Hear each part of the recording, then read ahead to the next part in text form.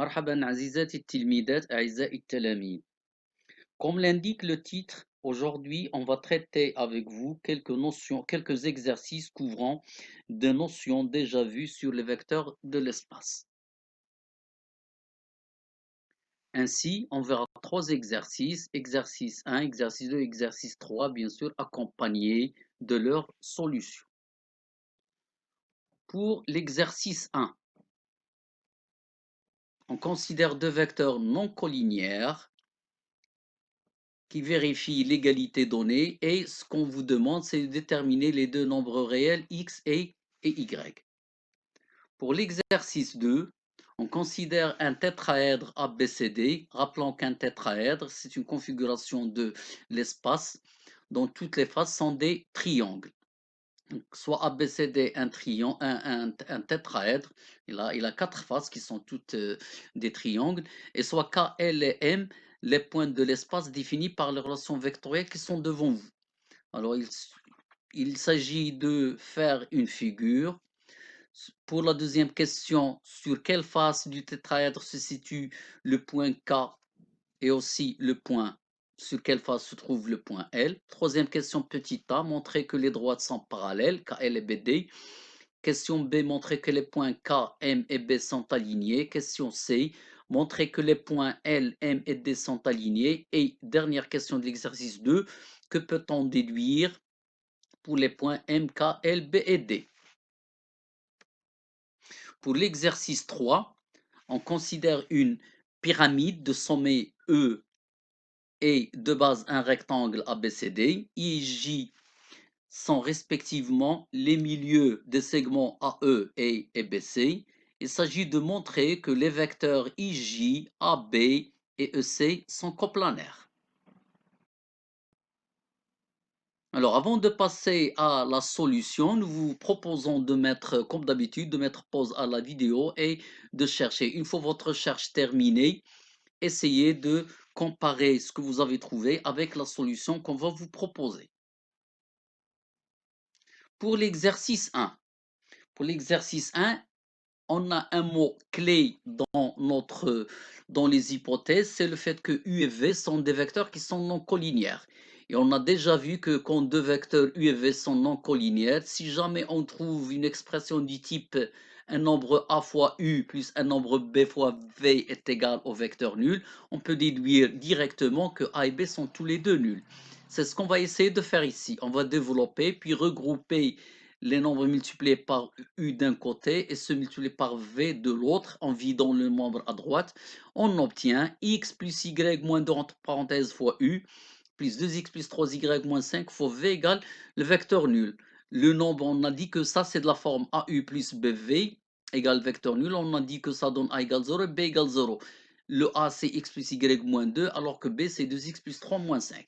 Ce qui nous donne le système qui est devant vous et par l'une des méthodes que vous connaissez, soit combinaison, soit par substitution, soit la méthode de système de Cramer, on détermine x, y, on trouve x égale 1 et y égale 1. Pour l'exercice 2, alors dans la première question, on nous pose la question dans quelle, après avoir fait la représentation, dans quelle face se trouve le point K. Alors, la relation vectorielle AK égale 1 demi AB plus 1 demi AC montre d'après la définition que le point A appartient au plan P qui passe par A et de vecteur directeur AB AC. Alors, les vecteurs AB AC ne sont pas collinéaires puisque on a un tétraèdre ici.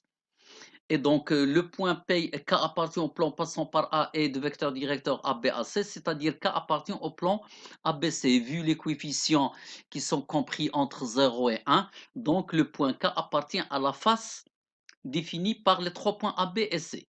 De même pour le point L, il appartient d'après la relation vectorielle AL égale 1 demi AC plus 1 tiers AD. Le point L, il appartient au plan P qui passe par le point A et qui est dirigé par les deux vecteurs AC et AD qui sont non collinéaires. Et donc le point L, vu les coefficients, il appartient à la face ACD. La question B. Pour la question B, il s'agit de démontrer que 3 points, et pour la question C, il s'agit de démontrer que les 3 points sont alignés. On utilise les mêmes concepts qu'en géométrie plane. De même pour les droites parallèles aussi. Pour la troisième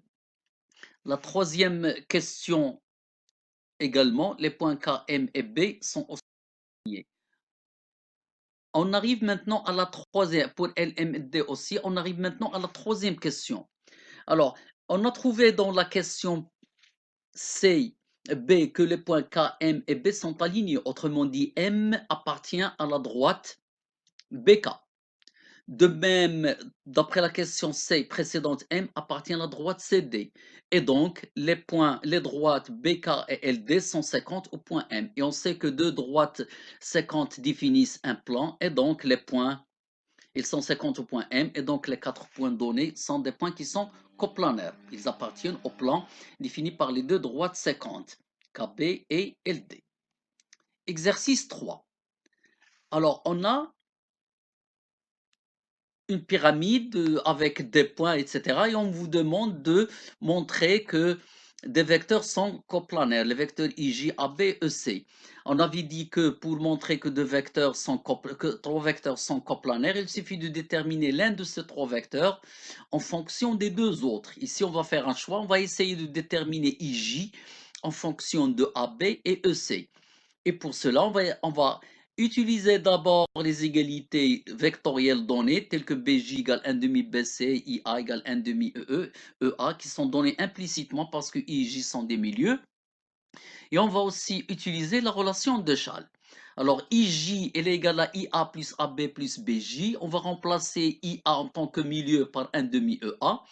Et IJ, en tant que milieu aussi, on va remplacer BG par 1 demi BC. Ce qui nous donne IJ égale 1 demi EA plus AB plus 1 demi BC.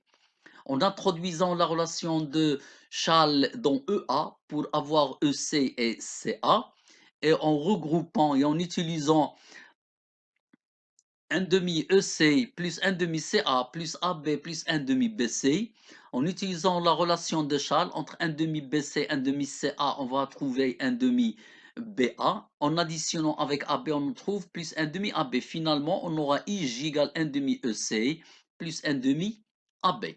Et par conséquent, le point IJ est écrit en fonction, le vecteur plutôt IJ est écrit en fonction du vecteur AC et du vecteur AB.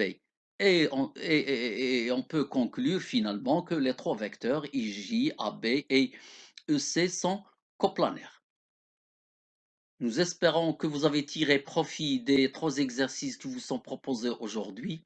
Nous vous souhaitons bon courage et bonne chance.